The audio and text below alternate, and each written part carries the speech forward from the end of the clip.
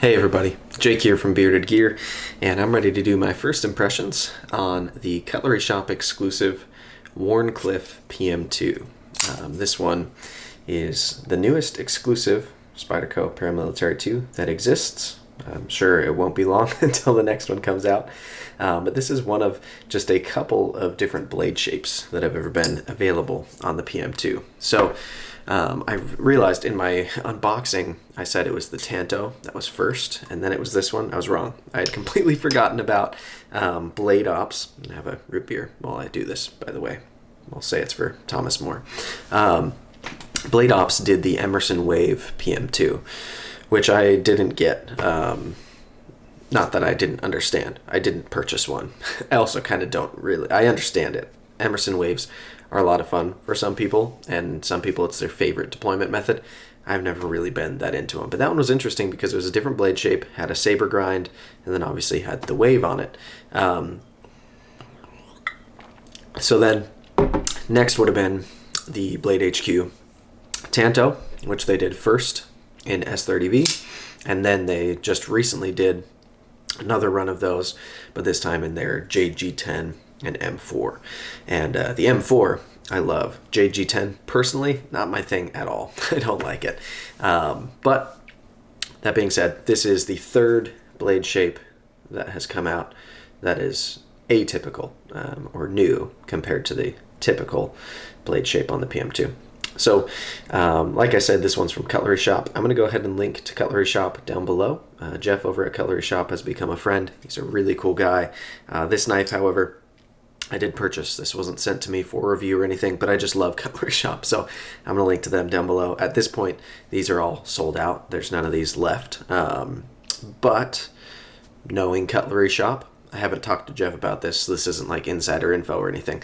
I would speculate that there will probably be more variants of the PM2 in this blade shape, but with different blade steels and handle scale colors, stuff like that. So this one is just basic CPM S30V. That is the basic steel for the PM2 in general, and black G10. So the only difference between this and a regular base PM2 in S30V is the blade shape. And the blade shape is pretty radically different. Having it as a Wharncliffe, I am a big fan of. I happen to love Wharncliffes personally. I think it's one of those blade shapes that can be a little bit polarizing. Some blade shapes, I don't know, when you're talking about just like simple drop point, I don't know many people who are like, drop points aren't for me. Like, everyone seems to pretty unanimously be all right with the drop point blade shape. But then when you talk about like Tantos, some people are like, I don't like Tantos. It's too like Mall Ninja or whatever. Other people, you say Wharncliffe, and people immediately get turned off. They don't like the way Wharncliffes look. Maybe they don't even like the way they function. I don't know. But for me, I think it's the function comes first on Warnies. The fact that it's a Wharncliffe, to me, just screams like EDC use. It's going to excel. And so far it has. This is just my first impressions. And this is an interesting one too, because I've left this knife literally the way it came out of the box. I carried it tip down for 2 days now, which is funny. I guess a day and a half. One whole day and then part of another day. I never would typically keep a factory clip A on a Spyderco, or B, keep it tip down. I'm all about putting it right here so that the knife carries tip up. And I'm also usually the first person to throw a Lynch or an MXG gear clip onto a knife. So after I finish this first impressions, this knife is going to be getting a makeover. It's going to be getting these Cerberus scales in linen micarta and this Lynch clip in satin finish. And that's going to change it quite a bit from how it is now, but I wanted to give it a shot carrying it tip down and just see how that went. I'd never really done it on a PM2. Every time I've gotten one, there's been a clip waiting for it, and I had a clip I could put on it immediately. This clip has been ready for it, but I just figured it'd be fun to try out. So in terms of how that went, you're not going to catch me switching clips to be tip down. I don't like it. I prefer tip up. That's just me. But yeah, so let's talk about first impressions on this guy, where we're at. I've reviewed the PM2 pretty extensively in the past across a couple of different variants of the PM2, so I don't really feel like I need to dive super deep into the model itself, but more so the differences in this blade shape and why it's been nice, in my opinion, to have this blade shape. I will say, of the typical PM2 things, I really like PM2 action. The detent for me is dialed great for middle finger flicking. That's the way I open a PM2 100% of the time. If not like that, it's because I'm like showing it to the camera or something and I'm just like slow rolling it out. I don't know. If I ever pull a PM2 out of my pocket in real everyday life, no camera on, and go to use it, it's a middle finger flick every single time. I just love the way that it lines me up to grab right onto the knife after. I enjoy middle finger flicking in general. I've got stickers and shirts that say holes are greater than studs. A hole for deployment is my favorite because I like to middle finger flick it. This one's great for that. The action on closing, much like any good PM2, is nice and pretty drop shutty. This one I haven't tinkered with at all, and it drops. I've got some that probably drop just maybe 5% more freely. But I mean, it's dropping all the way. It's nice. So yeah, the action is typical of any PM2. The feel is typical of any PM2, even with this blade shape difference. I don't feel a difference in weight, whereas with the Tanto, it felt a little more front heavy. There's more meat up there because it's seemingly a thicker stock, and it carried more of that stock out toward the tip and different grind and all that. So yeah, ergos, carry, and action are all going to be the same as any other PM2 that you'll typically find in my pocket. Now, again, where it gets different is this blade. So to me, I've said this now a couple of times, one of the advantages to having a Wharncliffe blade shape in general is where it positions the tip. And so if you imagine, say this toolkit here is a box from Amazon that I need to open, which happens to me all the time. If I'm using a blade with a, so it's not going to be the best example because it's not, it's kind of, this is like a reverse Tanto, but this is a TRM Shadow, right? And if I want to open the tape on a box, in order to get started, I need to kind of put the tip down into the tape. Man, this is really focusing on my face, isn't it? I need to get the tip down in there, and then I use the tip to get the cut started. If it's a drop point, or a Tanto, or a number of other blade shapes, I've either got to tilt my hand really far forward, or I'm using a different part of the blade. I'm using more like some belly, if there is any, on the blade.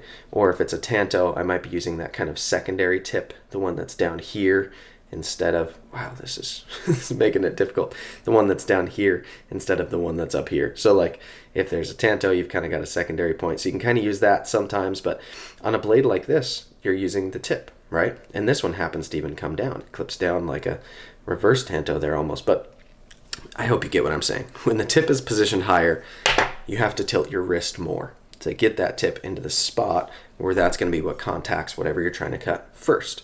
On a Wharncliffe, that angle is this. It's just, it becomes very easy for me to make the types of cuts that I do a lot, where it's opening things, using the tip, it puts it in a place that just seems to make sense for me in use. And I've loved that about this PM2. The regular PM2, I think, is already pretty good with that blade shape for all of my kind of EDC type stuff, boxes and cardboard and all of that. I love the PM2 as an all-around EDC knife.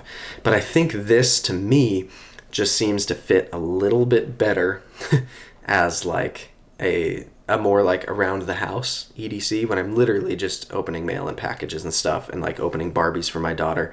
This blade shape I've liked a lot so far. So in terms of what I've done with it so far, I've opened, I don't know, probably at least 10 packages over the last couple of days with it. I've processed a good bit of cardboard for the dumpster. I've cut one apple for my daughter, and beyond that, I did open one of her toys as well that had some little like tiny rubber bands down inside of it. Some new like Disney toy. And yeah, for all of those things, I feel like I liked it maybe 10% better, this blade shape, than the typical PM2 blade shape. Now, there are a lot of things other than that, right? There are cases where having that long gradual belly might be advantageous compared to this. But I find I just really, really like Wharncliffe's for my daily life. They work a lot for me, and I put a lot of Wharncliffes into my collection, and I tend to enjoy carrying them and using them. So for me, the Wharncliffe blade shape, I don't think looks, especially in this case, I'm being totally honest, better than a drop point or even a well-presented Tanto or something like that. It looks a little funky to just have it droop down there, right?